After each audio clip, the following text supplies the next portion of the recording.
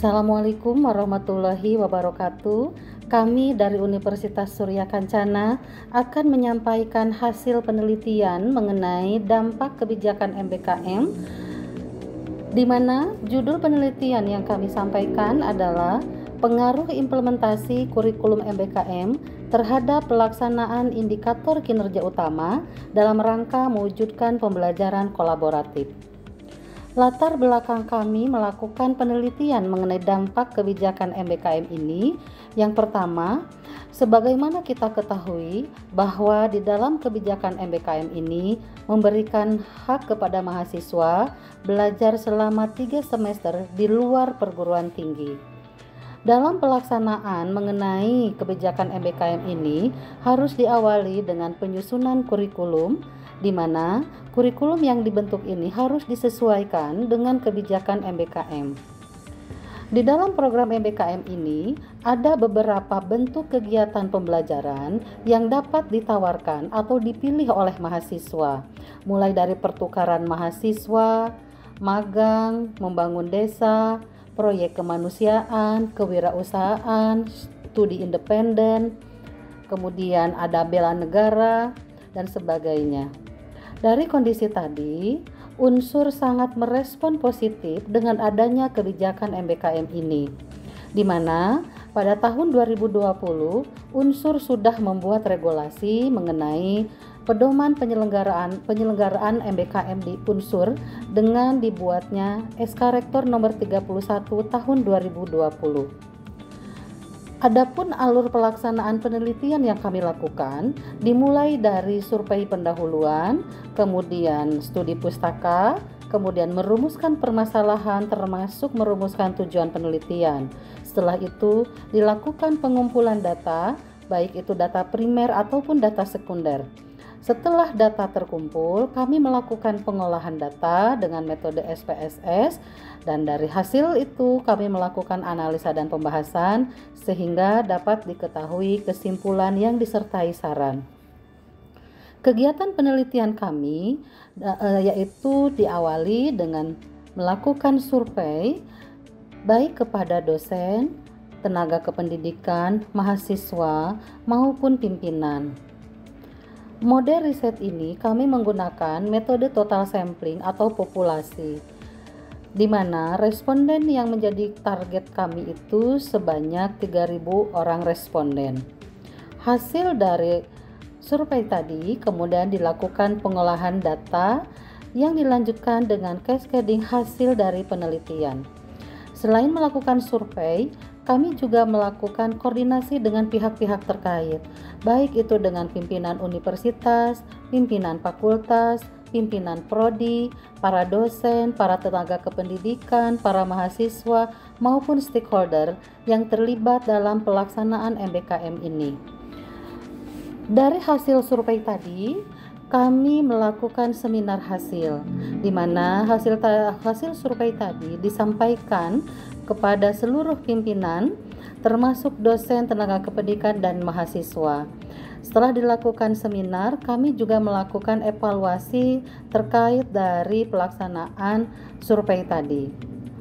Setelah survei dilakukan, ada beberapa hal yang bisa digarisbawahi. Yang pertama, bahwa di Universitas Surya Kencana ini terbagi 2 kelompok program studi di dalam kebijakan MBKM. Yang pertama, prodi yang sudah menerapkan kurikulum MBKM. Yang kedua, prodi yang masih adaptasi terhadap kurikulum MBKM.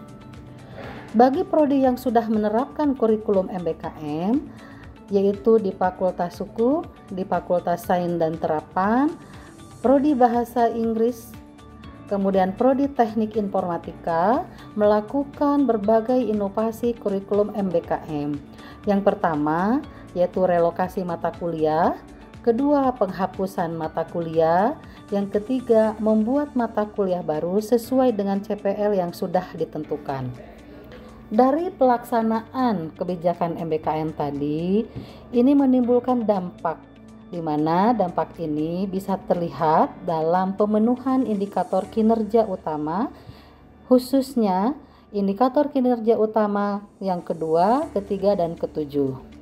di mana para mahasiswa dapat mendapatkan pengalaman belajar di luar kampus, kemudian dosen bisa mengeksplor ilmu dan berkegiatan di luar kampus dalam penelitian dan pengabdian, termasuk juga dapat mewujudkan pembelajaran kolaboratif yang berbasis case method ataupun team based project. Selain itu, hasil dari penelitian yang kami lakukan, yaitu dari hasil survei, bisa diketahui dari 3.000 orang responden tadi, sebanyak 2.763 yang sudah berpartisipasi dalam pengisian link survei itu. Berkaitan dengan pengetahuan, ini bisa terlihat bahwa dosen di unsur ini sudah mengetahui sebagian besar dari isi kebijakan MBKM. Kemudian, informasi mengenai kebijakan MBKM ini sebagian besar itu didapat dari kanal daring Kemendikbud ataupun kegiatan sosialisasi yang diselenggarakan oleh perguruan tinggi. Begitupun dengan tenaga kependidikan dengan mahasiswa, bahwa pengetahuan mengenai kebijakan MBKM ini sudah sebagian besar mengetahuinya. Dan yang paling penting, bahwa dari hasil survei ini, mahasiswa Universitas Surya Kencana sudah menyiapkan diri untuk menjadi bagian dalam kegiatan MBKM. Selanjutnya, dalam pelaksanaan MBKM, ada berbagai tantangan yang dihadapi, baik oleh prodi yang sudah menerapkan kurikulum ataupun prodi yang masih adaptasi dengan kurikulum MBKM.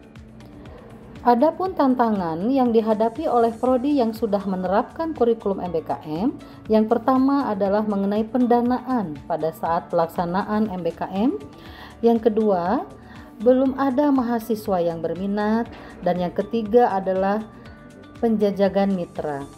Sedangkan tantangan yang dihadapi oleh prodi yang masih adaptasi dengan kurikulum MBKM yaitu berkaitan dengan yang pertama regulasi, kedua pendanaan, ketiga penyesuaian kurikulum, keempat SDM yang dimiliki, serta penyesuaian sistem informasi MBKM.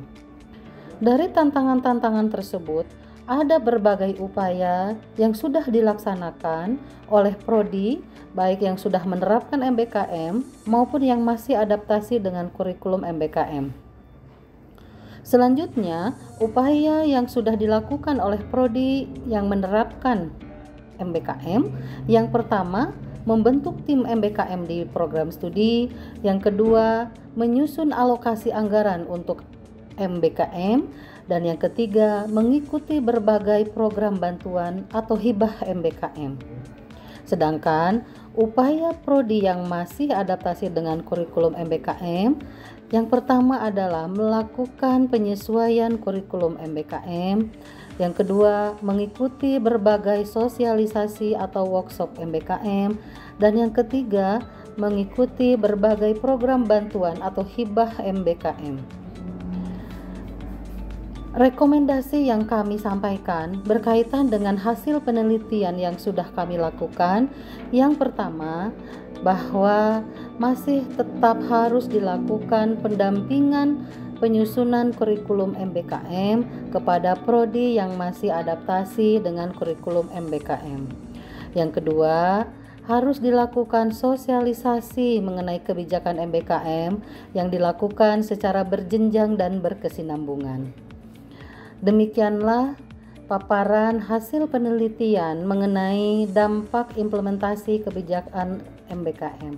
Terima kasih. Puji syukur, alhamdulillah, saya ucapkan terima kasih dan apresiasi setinggi-tingginya kepada tim MBKM Fakultas Hukum yang telah memberikan banyak wawasan dan informasi terkait dengan implementasi kurikulum MBKM. Dari kegiatan kita workshop pendampingan kurikulum MBKM, kita lebih memahami dan tidak, saya pikir untuk mengimplementasikan kurikulum MBKM itu rumit. Ternyata setelah kami mendapatkan pendampingan kurikulum MBKM dari tim Fakultas Hukum, dari mulai menentukan profil lulusan yang berbasis MBKM serta relokasi mata kuliah struktur kurikulum, terus untuk penjajakan mitra implementasi MBKM, kita semakin terang sekali informasi tentang implementasi kurikulum MBKM ini. Dan dari hasil survei penelitian yang digagas oleh tim MBKM Fakultas Hukum, mudah-mudahan itu menjadi dasar kita ke depan. Tim Prodi MBKM Fakultas Hukum menjadi percontohan bagi tim Prodi nanti di Prodi PJKR ke depannya untuk bisa mengimplementasikan kurikulum MBKM ini ke depan. Mungkin itu yang saya bisa sampaikan. Terima kasih sekali lagi kepada tim MBKM Fakultas Hukum. Sukses dan selamat kepada tim MBKM Fakultas Hukum.